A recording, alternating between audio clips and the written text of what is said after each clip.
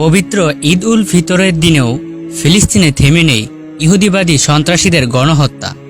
গত 10 এপ্রিল বুধবার ঈদ উদযাপনের দিন হামাস প্রধান ইসমাইল হানিয়ার 3 পুত্রসহ পারিবারিক কয়েকজন সদস্যকে শহীদ করেছে ইহুদিবাদী সন্ত্রাসীরা। দুঃখজনক এই ঘটনায় সমবেদনা জানিয়েছেন ইমারতে ইসলামিয়া আফগানিস্তানের পররাষ্ট্রমন্ত্রী মৌলভী আমির খান মুত্তাকি হাফিজাউল্লাহ। তিনি ফোনালাপের মাধ্যমে জনাব হানিয়া হাফিজাউল্লাহর প্রতি গভীর মর্মবেদনা প্রকাশ করেন। শহীদদের আত্মত্যাগ কবুলের জন্য তিনি আল্লাহর কাছে দোয়ার অভিব্যক্তি প্রকাশ করে বলেন, তাদের এই আত্মত্যাগের ফলাফল কখনো বৃথা যাবে না। অবশেষে ইহুদি হানাদারদের কবল থেকে ফিলিস্তিন একদিন মুক্ত হবে। এই ত্যাগের ফলে অচিরেই দৃশ্যমান পরিবর্তন আসবে।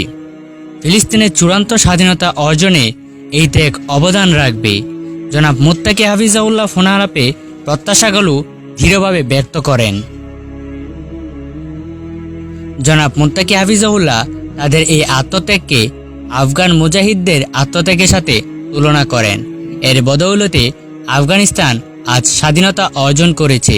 তিনি ফিলিস্তিনের মুজাহিদ জনতার প্রতি শুভকামনা জানান। তাদেরকে জিহাদের পথে অবিচল ধৈর্য ও অধ্যবসায় বজায় রাখার আহ্বান জানান। প্রতি উত্তরে জনাব ইসমাইল হানিয়া হাফিজাউল্লাহ ইমারতে ইসলামিয়ার প্রতি কৃতজ্ঞতা প্রকাশ করেন।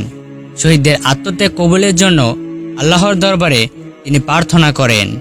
তিনি আফগান জনগণকে স্বাধীনতা সংগ্রামের অগ্রদূত হিসেবে স্বীকৃতি দেন।